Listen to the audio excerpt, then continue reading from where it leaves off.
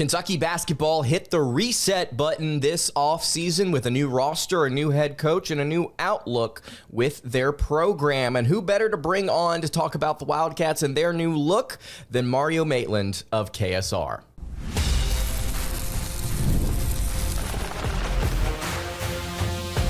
You are Locked On Kentucky, your daily podcast on the Kentucky Wildcats, part of the Locked On Podcast Network, your team every day. All right, what's going on, Big Blue Nation? Welcome on into Locked On Kentucky, your daily Kentucky Wildcats podcast. I'm your host, Lance Dawe, and on today's episode of Locked On Kentucky, we are going to be having an excellent, it was a phenomenal conversation with Mario Maitland of KSR, talking about his journey with KSR, the What's Next podcast, how this offseason has unfolded for UK, going to talk about their roster, the fresh start, kind of the momentum heading into this season. Really appreciate Mario sitting down and having a conversation. I've been meaning to have him on the show for quite some time. Really, really good stuff here. Before we dive into that, I want to tell you guys that today's episode is brought to you by Game Time. You can download the Game Time app. You can create an account. And you can use code LOCKEDONCollege for $20 off your first purchase. Terms apply. Want to tell you guys up front here, if you have not checked out Mario's socials, if you've not checked out the What's Next podcast, he does great work over there on his YouTube channel. Tons of interviews with former Kentucky basketball players, former Kentucky athletics players, period. He's also had a variety of interviews with musicians, with artists. It's been really cool to see him and his crew kind of develop a really strong platform over there, and he's currently now working alongside KSR as well. Make sure to go give him a follow everywhere. He definitely deserves it. He's been incredible in the Kentucky media space. So without further ado, here's our conversation with Mario Maitland.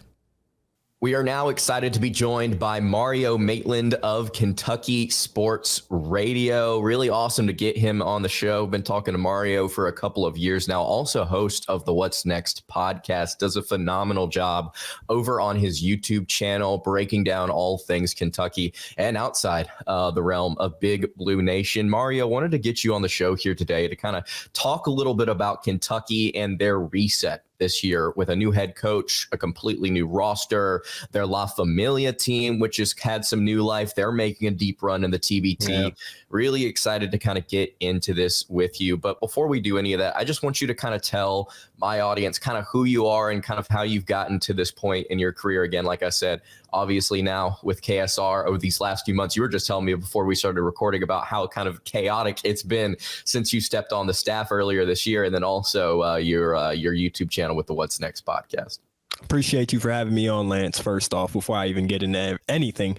Always a pleasure. I'm a huge fan of Locked On Kentucky. This is kind of my show. Whenever I'm going to sleep, I kind of throw this thing on and, kind of hear Lance go at it. So, but yeah, man, for people who don't know me, I work for Kentucky Sports Radio. I'm the content creator. I'll go on air every now and then and talk about Kentucky sports as well. I also have a podcast called What's Next Podcast, where we have, special guests come on, whether it's a basketball athlete or a musician or whatever the case may be. It's more of an inspirational channel that we kind of push out there.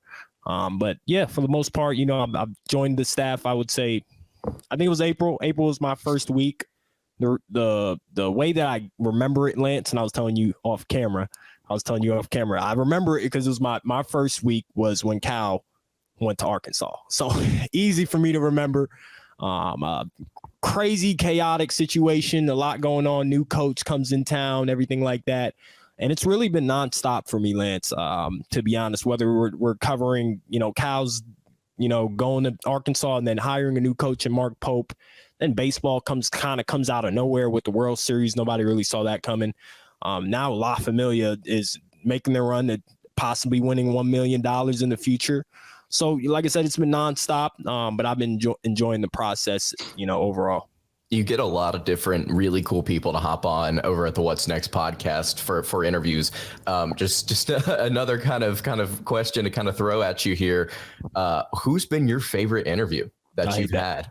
I hate that. Okay, give me a few. I'll give you a few. Recently, I really like the Willie Cauley-Stein interview. I felt like my performance, I could have been a little bit better on my end, but just his stories, getting to hear his stories with how he went through, rehab, and a lot of people didn't even know that. I didn't even know that about his, rehab situation in the NBA. So getting for him to tell that, story on my platform is really, really dope for me. Others, I have to go back, even further. I really like the ones that, that don't necessarily get a lot of views at first, but, they blow up over of a course of time. I would say Reed Shepherd, getting the chance to speak with him when he was in high school, when he was a junior in high school with one of his teammates, Mitchell Riley, here in the Ohio, Kentucky area. It was really cool just to see his poise, Lance. He was very poised, he was very family oriented, didn't play video games, not a video game or anything like that. He was really close to his family. You could really see his foundation from that age at 16, 15 years old and going on to Kentucky, and seeing his success was really cool. So I would say the favorites are the ones that really, really pan out. You can kind of see their success, slowly flourishing over time. That was kind of my favorites I would have to go with right now. There's, off the top of my head, that's those two, Willie Cauley-Stein, my most recent, and then I always loved that Reed Shepherd interview. That was really cool for me. Those are two great picks.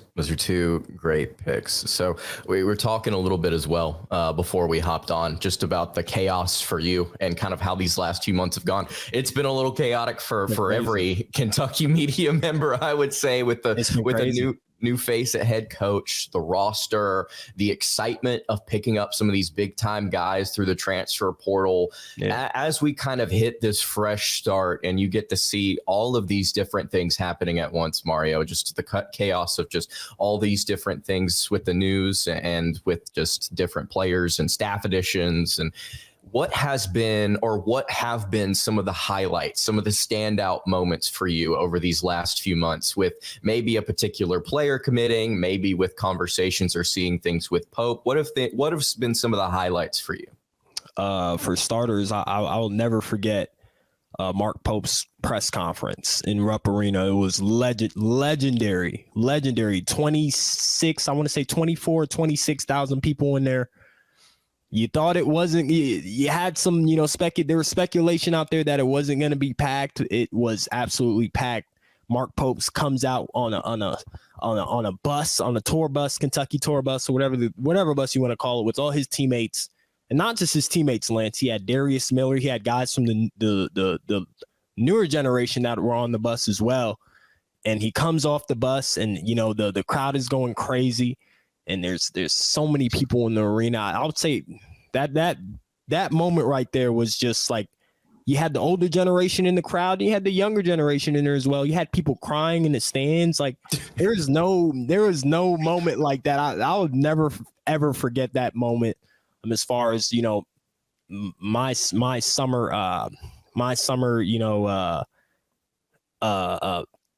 journey so far. I have to definitely touch on the Louisville game too, Lance, because that a few days ago, that was I was talking to Twani Beckham, and I was like, man, I'm not going to forget that moment either. Like just winning against Louisville. I was talking to you a little bit off air, and I was like, that was really my first basketball Louisville Kentucky matchup that I've ever been to. We always see it on TV growing up, but when you actually get to experience it and you're in the moment and you're hearing the fans jaw back at each other. You got Daniel Orton on the bench, jawing back at some fans right next to him, some Louisville fans, and it's nonstop. It's nonstop, Lance. So, I have to single it down to those two moments right now. I've also had some other great moments between my start as well. I definitely have to point out the World Series. That was very special, seeing them get a win in KPP, Kentucky Proud Park, to be able to go and go to Omaha. It was a very special moment. Me not being a baseball guy, I've only been probably to one game besides, before going this year, and just seeing the atmosphere and seeing Coach Mingione really, pushing the entire fan base, telling them to come out to a 9:00 game.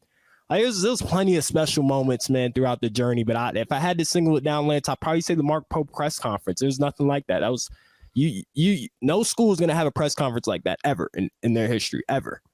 All right, before we continue our conversation with Mario Maitland of KSR, I want to tell you guys about our friends over at Game Time. Game Time has been incredible for me when it comes to getting tickets to MLB games. I've used them a ton, not just for MLB games, but also for college football, for college basketball. They are the place to go get last-minute tickets.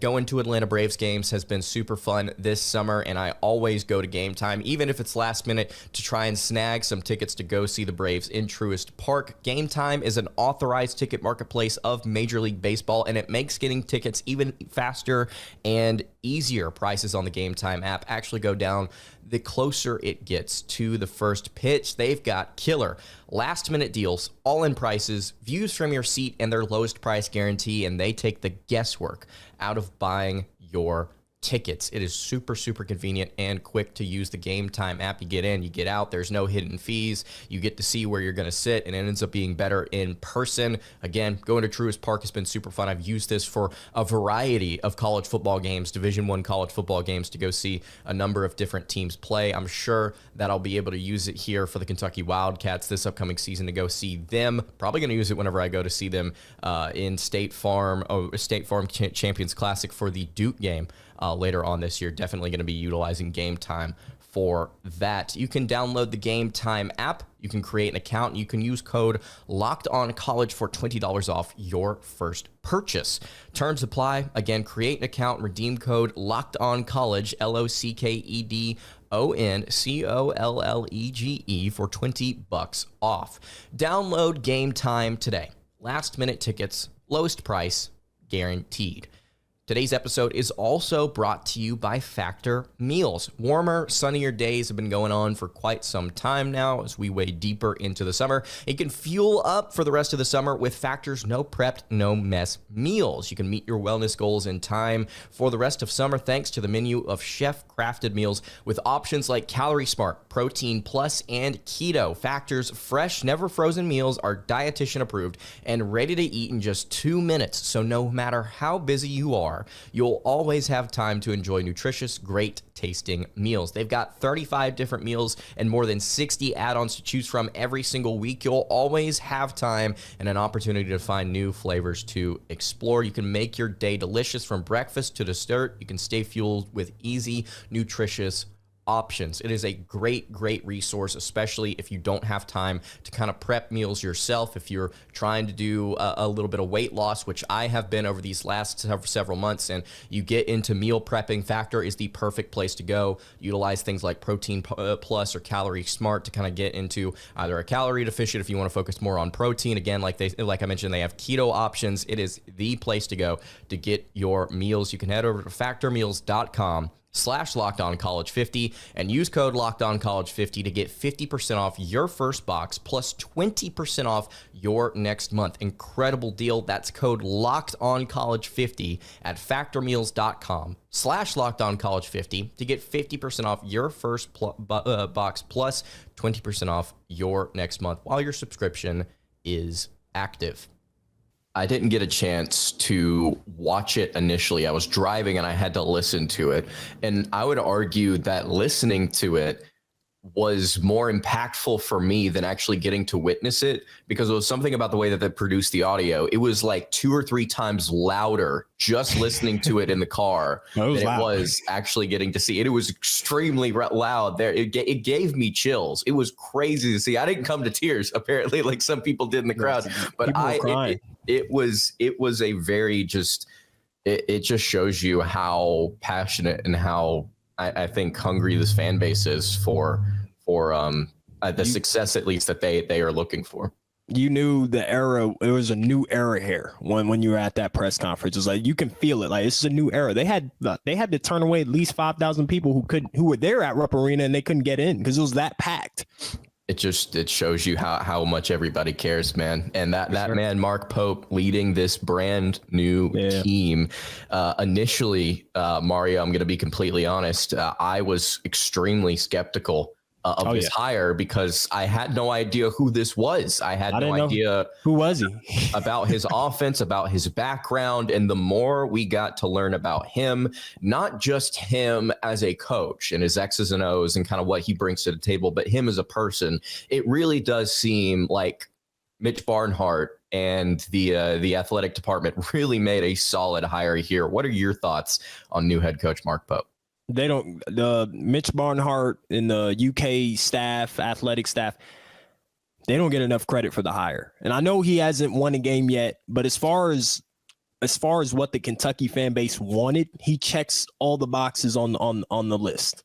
You want a guy who cares about, what's in front of what they're playing for, the Kentucky brand in front of their jersey instead of the back of their names in the back. You got that. You want a guy who makes adjustments, knows the game in and out. He has a system set in place. We saw what he could do in BYU with that talent.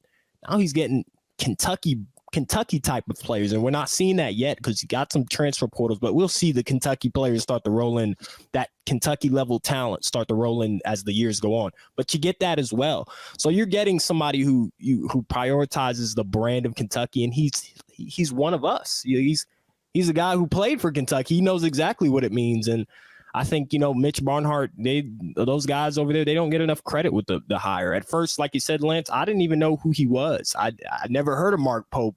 The first initial reaction was that he was the BYU's coach, and they went to the tournament and they were making a little bit of noise in the tournament. That was kind of my situation in terms of what I've heard from Mark Pope. But other than that, I didn't know anything about Mark Pope. As far as what I know about him now, he seems like an amazing dude. I only got to speak with him at least once, since I've been here, and his energy his energy is something else. Like, he's always on. You see, whatever you see on the TV and the clips and everything like that, he's exactly like that in person, Lance. And man, I'm excited. I'm excited to see what he's going to do. He's been a great ambassador already for the state of Kentucky, and like I said, he hasn't won a game as of yet, but it looks like he's well on his way to solidify himself as one of the great coaches to ever coach for the University of Kentucky. And he's put together what looks like a very solid staff on top of that, with some really good recruiters at some big time schools, with some former head coaches, guys like Mark Fox that he's been with at Georgia, some former assistants from BYU. I mean, he's really put together a staff that looks like it can win immediately. Of course, it's not just about the coaches. It's about the guys that you actually bring in. And like Absolutely. you said, you got some Kentucky type guys that are being brought into this program. And Mario, I've continued to beat this dead horse on my show, but Mark Pope likes to shoot threes. They like to run in transition. They like to score. They've brought in a roster that has 7 or 8 guys that can hit at an extremely high rate from beyond the arc. The basic math tells you if they even take a dip in efficiency, they're going to somehow outplay last year's offense. Before we even get into kind of like the individual players that we want to talk about here, what are your thoughts on how Pope and this staff and this team will approach the offense? And do you think that's kind of what carries the way for UK this year? Absolutely. This is a team that's going to play fast, shoot a lot of threes, and then they're not a team that's not just going to be offense. They're going to have some defenders on their team. Lamont Butler, he's a defensive player of the year, and Mario Williams as well. So, they're, like I said, he's checking off all the boxes. Last year we had a very strong offensive team, but, defense was a little bit of an issue last year as far as getting stops on the defensive end. I think Mark Pope has the roster and the system put in place to make make a deep run into the tournament and win games. He's definitely going to win games. This is a team, Lance, that's going to score over 100 points multiple times in this next season. They're capable of doing it. They're this good, Lance. They're this good. This is how good this team's going to be. You got Kobe Brea, who's arguably the best 3-point shooter percentage-wise last season. I'm talking to him yesterday at a press conference. And he says, I'm not even sure if am I really the number one, the best 3-point shooter? Because these guys in this practice right now, Travis Perry and Trent Noah, I mean, like, that's a sign, Lance. That's a sign. That's just saying how good these guys can really shoot the basketball. And in order to make a deep run in the tournament, you got to be able to score. And I think with the mix of having so many weapons on the offensive end and a good mixture of defensive players like in Lamont Butler and Amari Williams, they have a chance. When you look at the way this roster played against TBT, and we'll get into La Familia, and we'll get into La Familia in just a little bit. For sure. When you look at the way that they played, I don't know if you were able to actually, I don't know if anybody was able to actually go and see that practice. You get the highlights on Twitter. I talked about it for like 2 episodes on my show, just breaking down, okay, here's what we saw numbers wise. Here's what we saw from the different players. Here's how the offense looked. When you got to actually see the spacing, the shooting, everything, all the different highlights, and you hear the rumors and you hear people say, yeah, well, they scored 96 points or something like that in that scrimmage. I heard one person tell me that Jackson Robinson might have made more than 10 threes, which I don't know if that's true. All I know is that he made 5 across those 2 highlight videos, and they scored 96 points. So they can score. They can score, Lance. I mean, I wasn't at the practice where they played him, but as far as what the players were told us on KSR, and the Harrison twins and Kellen Grady and Nate Sestina, is that these guys have great energy. They have great energy. You know, they're going to bring it, and I think that reflects off of Mark Pope. He's a coach that instills confidence in his guys, and these guys are going to be confident. And when you're a shooter, Lance, you need confidence. That's one thing you definitely need. And I think when you have Travis Perry at your palms and Trent Noah and Kobe Brea, Mark Pope is going to instill confidence in these guys. And you're going to see guys like Jackson Robinson have 5 threes out of nowhere because it's the system that he's in. So like I said, I'm not surprised with their success against La Familia. If they won, no one really knows, what the score was. I've heard different things. I've heard, Kentucky winning by 17 or whatever the case may be. That shouldn't matter. That should not matter because we should understand it's still early in these guys. If we really want to break it down, Lance, I mean, La Familia they're just coming together 2 to 3 days, and then they got to play against a Kentucky team that's been practicing since early June. So that definitely has to play a factor in it. So, I wouldn't dig deep into the score and everything like that. As far as what they're doing, it's the system. This is Mark Pope his system is very similar to Golden State Warriors. It doesn't really matter. I won't say it doesn't matter in terms of who's starting, but guys are going to play. It's going to be shifted. Guys are going to get subbed in and out very quickly, and a lot of guys are going to get minutes spread across throughout the whole lineup. So it doesn't really matter in terms of, starting lineups. Obviously you want your best 5 out there, but like I said, it's a very similar system to Golden State Warriors. It's going to be a little bit different from Cal, where Cal's more of a coach where he's like, go out there and just play. Like, do you. It's going to be a little bit different. I think fans are going to like that. All right, before we wrap up our conversation with Mario Maitland, I do want to tell you guys about our friends over at eBay Motors. Passion, drive, and patience, the formula for winning championships, is also what keeps your ride or die alive. And eBay Motors has everything you need to maintain your vehicle and level it up to peak performance, from superchargers, roof racks, exhaust kits, LED headlights, and more. Whether you are into speed, power, or style, eBay Motors has got you covered. With over 122 million parts for your number one ride or die, you will always find exactly what you're looking for. And with eBay Guaranteed Fit, your part is guaranteed to fit your ride every time or your money back, because with eBay Motors, you are burning rubber, not cash. With all the parts you need at the prices you want, it's easy to make your car the MVP and bring home huge wins. You can keep your ride or die alive over at ebaymotors.com. Eligible items only. Exclusions apply. eBay Guaranteed Fit only available to U.S. customers. You talk about the fact that this team is going to end up being extremely deep, right? You're going to see a bunch of different players rotating in and out. And there's been a ton of conversation here on this show as to okay, who's going to start, who's not, how's this going to look? And some people make a big deal out of it. But at the end of the day, you could take the point guard situation, for instance. Like Lamont Butler came out in an interview and said, I'm pretty sure I'm going to be the one to run the offense. And a lot of people online are saying, why isn't Kirk Carissa doing that? And my counterpoint to that is like, why does it matter? You've got one of the best defensive players in college basketball leading your team. Like, who cares? Lance, it's all about being a star in your role. You know, Exactly. that's the key thing. It's not about who's starting. If Kirk Kriisa, he probably understands he's probably not going to be the starting point guard, but he's not worried about that. He knows he's going to be a star in his role. That's what's going to make the team win. So I don't necessarily, I'm not really too strong in terms of, the starting lineup. I know a lot of Kentucky fans are a little bit angry from last year with the Reed Shepherd and the Rob Dillingham not starting. So maybe that's kind of overflowing into this year, but who knows, so that's all, that's what it's about. Coaching is all about, just making adjustments and seeing, what lineup works best with what. And, it's right now, it's a little bit too early to tell.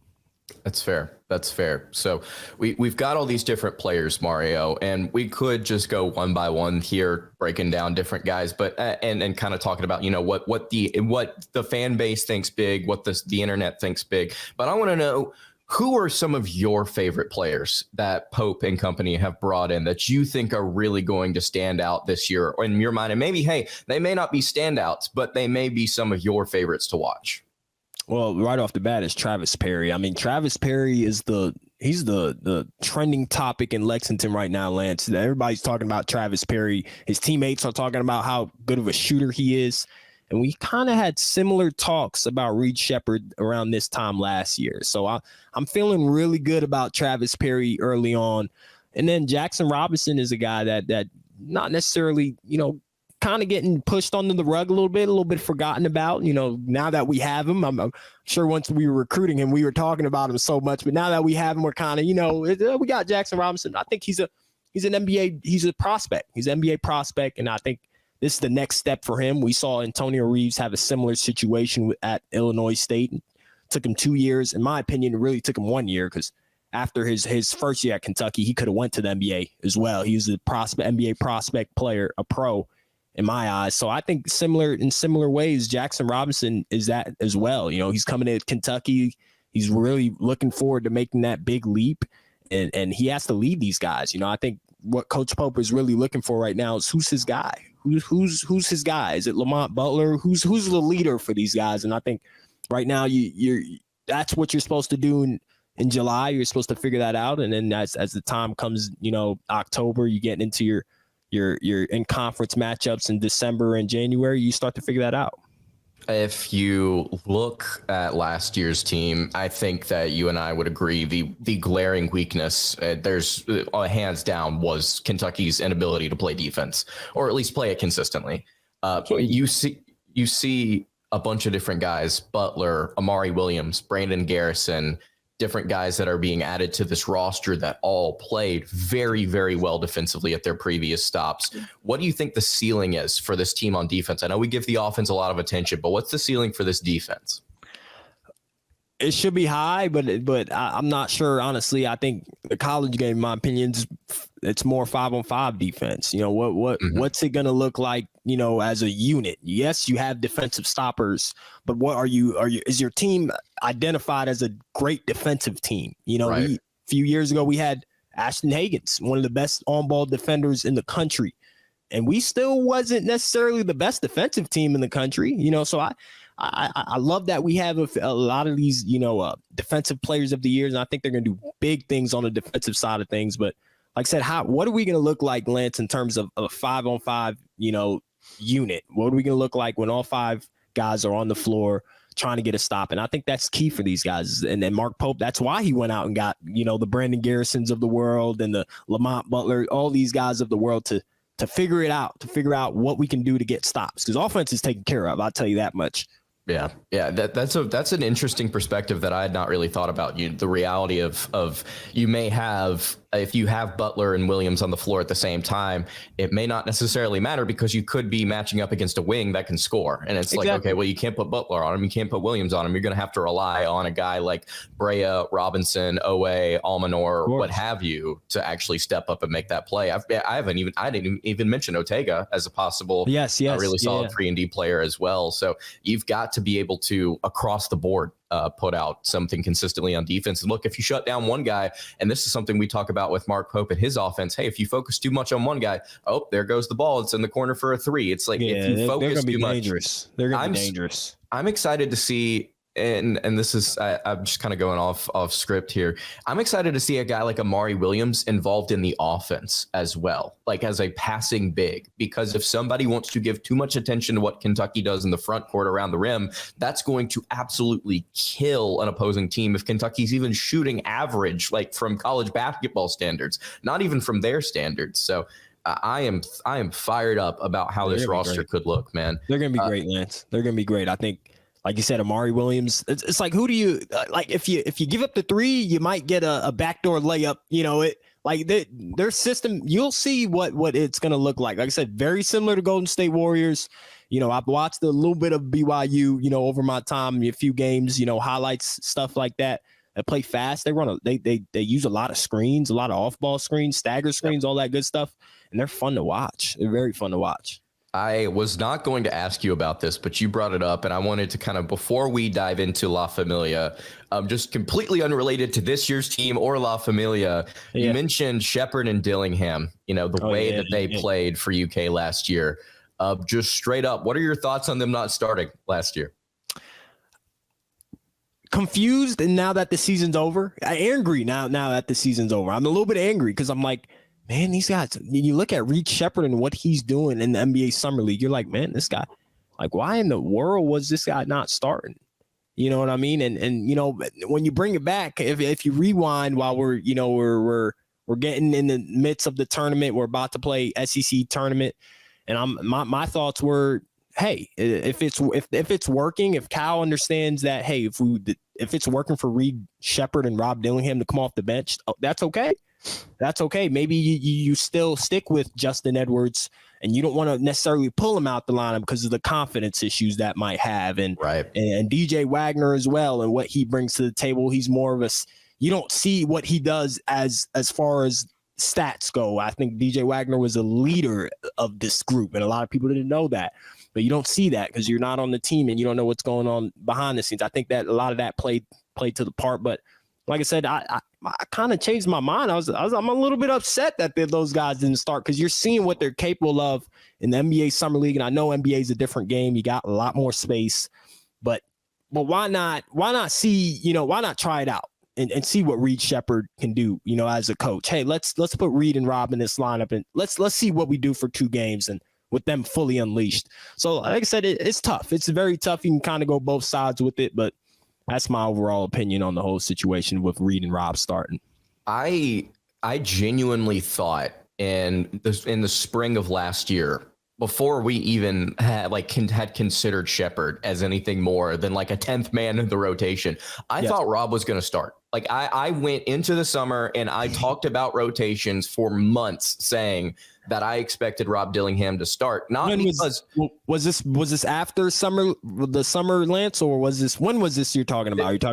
This was before they went to Canada. This was before they. Okay. So this was from like when the clocks hit 0 against Kansas State to like June, where I went for a while with nothing to base it off of other than I just saw Rob Dillingham in high school and I'm like, there's no way he doesn't start. Yeah, you gotta absolutely. Let him loose. He's a player you gotta let loose. I mean, for me, Lance was the Kansas game. I just needed one game to see what I needed to see. I know summer was a little bit tough with them going to Canada, very hard to make your instance, but me was the Kansas game. Rob Dillingham should have been in there. And Reed Shepherd was the big thing for me. He got cut a lot of minutes that Kansas game. And like I said, it's tough, man. Those things are tough. These players, they're trying to figure out their roles on these teams. And, everybody wants to make the NBA as well. Everybody wants to do their best. And Cal being the coach, he doesn't really want to cut anybody's, opportunity off or should lower anybody's opportunity. So like I said, it's very tough, man. It's a tough situation. All right, that was our conversation with KSR's Mario Maitland. Again, thank you so much to Mario for hopping on the show. Really appreciated our conversation. A lot of fun. Going to have him on the show again soon. If you want to go follow him, and I would strongly encourage you that you do, you can follow him on the socials. We linked his Twitter and his YouTube channel in the description below in case you want to go check that out. Great stuff over at the What's Next podcast. All right, that's going to do it for today's episode of Locked On Kentucky. You can follow the show on Twitter at Locked On UK. You can follow me on Twitter at LanceDawe_, and you can follow the show over on Instagram. That is at Kentucky Podcast. Any questions, comments, concerns, leave those in the YouTube comments below. Hit me on the socials. I will see you all tomorrow for another episode of Locked On Kentucky. Hope you guys have a great rest of your day, and God bless.